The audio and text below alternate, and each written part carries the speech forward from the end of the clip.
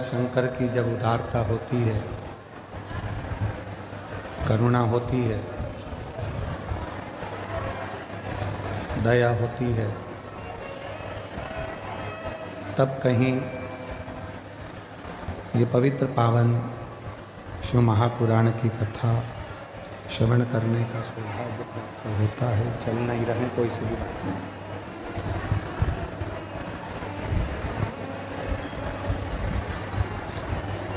कल कथा में वर्णन किया था कि जो श्वासों में रमण कर रहे हैं वही शिव है।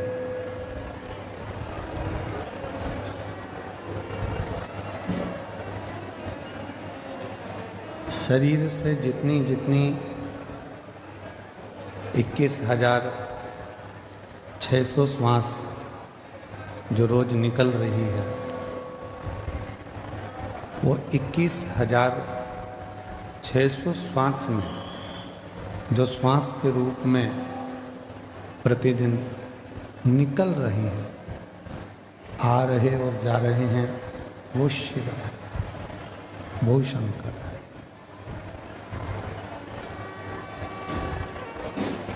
हम भगवान देवाधिदेव महादेव को ढूंढने के लिए ना जाने कितने कितने कितने कितने तीर्थ, कितने कितने धाम जाते हैं और उनको ढूंढने का प्रयास करते हैं।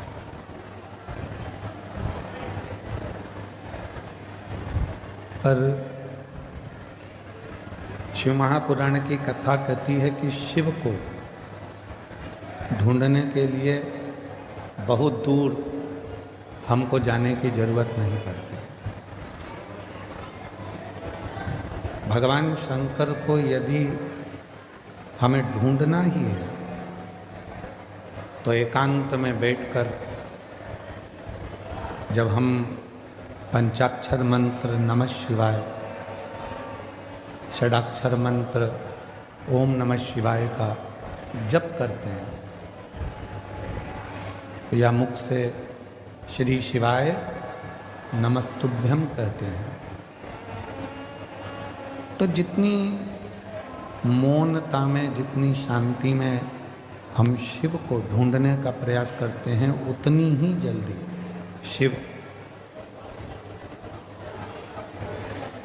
हमारी उन श्वासों में से हमको दर्शन जरूर देते हैं।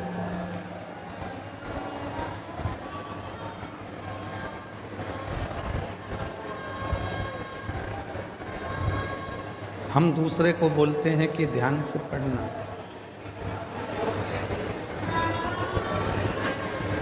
हम दूसरे से बोलते हैं कि ध्यान से पढ़ाई करो, ध्यान से गाड़ी चलाना, ध्यान से काम करना। और ऐसा नहीं है कि केवल एक या दो ही लोग ऐसा बोलते हैं, बहुत सारे लोग।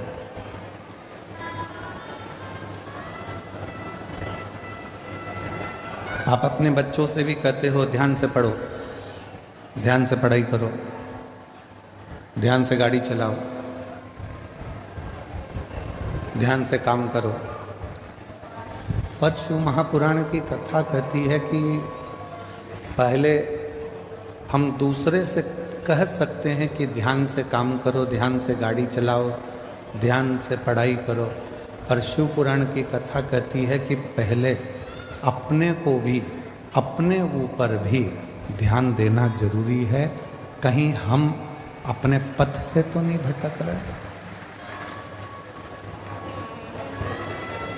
कहीं हम अपने पथ से तो नहीं भटक रहे।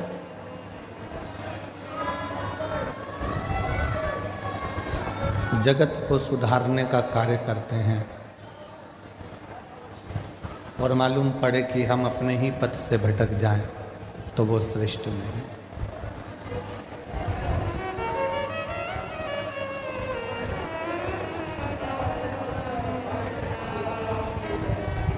एक बहू सोचती है कि मैं मेरे घर में जाऊंगी ससुराल में, तो मैं मेरे ससुराल को सुधार दूंगी। सास सोचती है कि मेरी बहू कैसी भी आएगी मैं उसको सुधार दूंगी।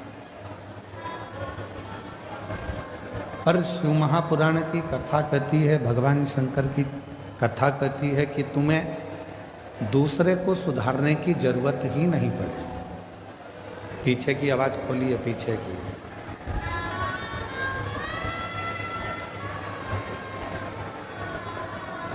शिव महापुराण की कथा कहती है कि आपको दूसरे को सुधारने की जरूरत ही नहीं पड़े। जरूरत है हमें अपने आप को सुधारने की। अर्थात गायत्री परिवार में कहा जाता है कि हम सुधरेंगे युग सुधरेगा, मतलब हमको सुधारना स्वयं को जरूरी है।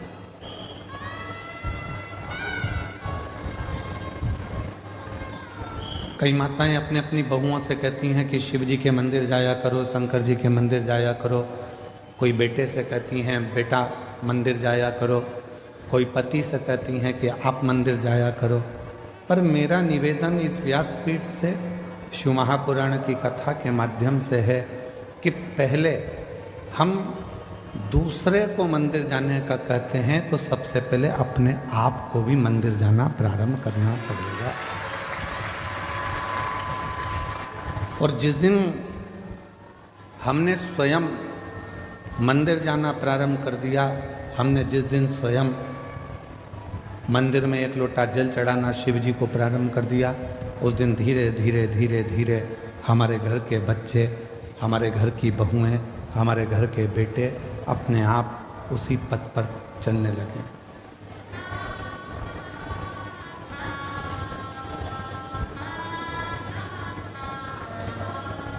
हम कहते तुम करो, बेटा तू मंदिर जा, बहू तू मंदिर जा, पर हम स्वयं ना जा पाए तो वो श्रेष्ठ नहीं। हमें खुद को जाना पड़ेगा, हमको स्वयं को पहुंचना पड़ेगा। और तेरे मंदिर में आना मेरा काम है, मेरी बिगड़ी बनाना तेरा काम है।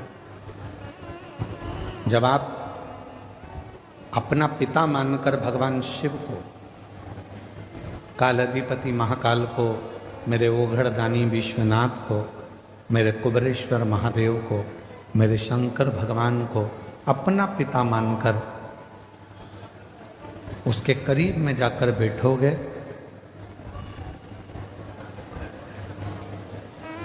तो निश्चित है वो आपके मन की बात को सुनेगा। किसी ने कहा कि भगवान की क्या पत्थर की मूर्ति भी व्यक्ति की बातों को सुनती है?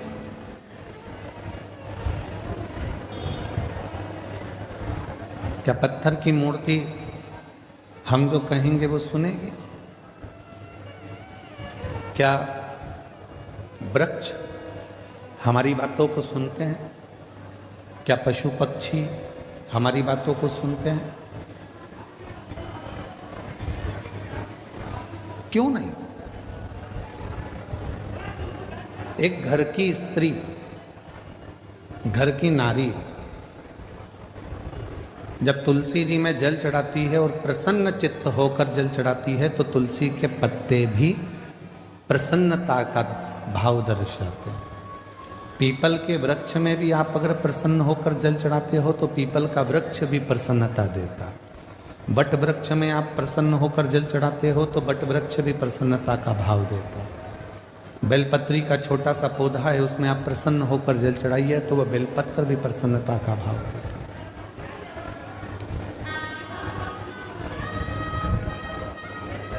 एक जीव, एक जंतु, पशु, पक्षी, वायुचर, जलचर, थलचर जितने भी हैं, चाहे वो मनुष्य हो, चाहे संसार के जितने भी जीव हों, वो सब यदि आप प्रसन्नता देते हो तो वो भी आपको प्रसन्नता जरूर प्रदान करते हैं।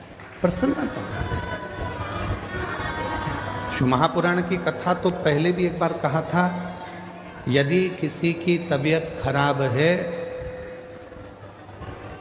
तो उससे दिन में कम से कम 2 बार मिलो। कितनी बार मिलो? जम के बोलो।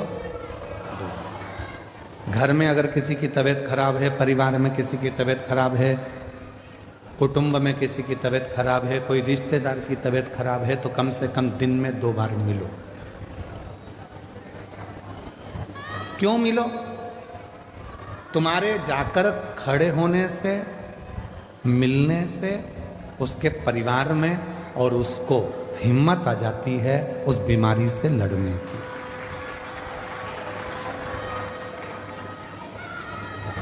किसी की तबीयत खराब है तो दिन में, जम के बोलो, 2 बार मिलो।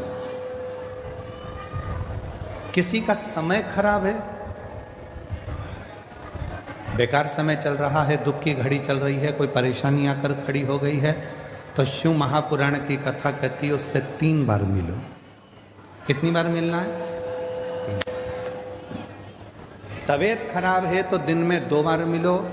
समय खराब चल रहा है तो दिन में 3 बार मिलो। कोई बात नहीं भैया, सब हो जाएगा, सब अच्छा समय आएगा, टेंशन मत लो।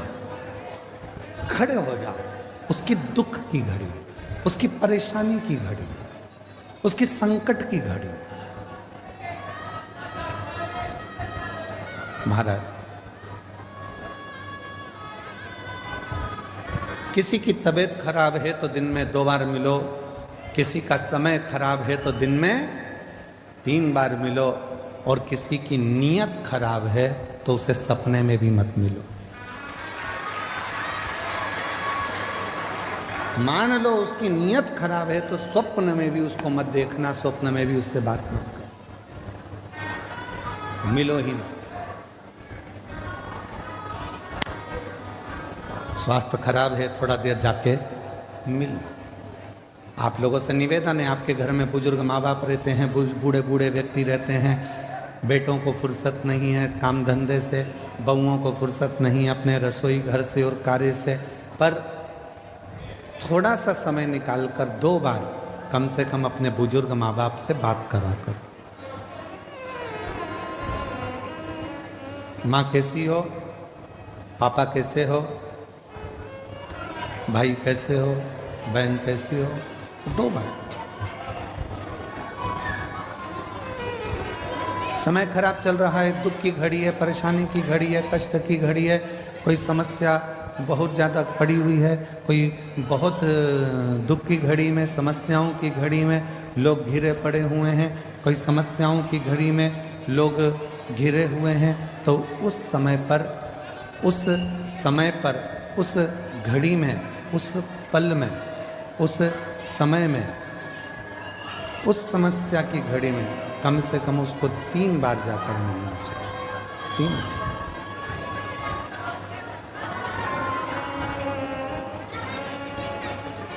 उस समस्या की घड़ी में, उस दुख की घड़ी में, उस परेशानी की घड़ी में कम से कम 3 बार जाकर खड़े हो। कुछ मत दो, पर खड़े होकर थोड़ी सी हिम्मत दो, थोड़ी सी। कुछ नहीं दे सकते मत दो, पर थोड़ी हिम्मत दो। क्यों चिंता करना, क्यों टेंशन लेना, क्यों दुखी हो। और मैंने तेरे ही भरोसे बाबा, तेरे ही भरोसे हवा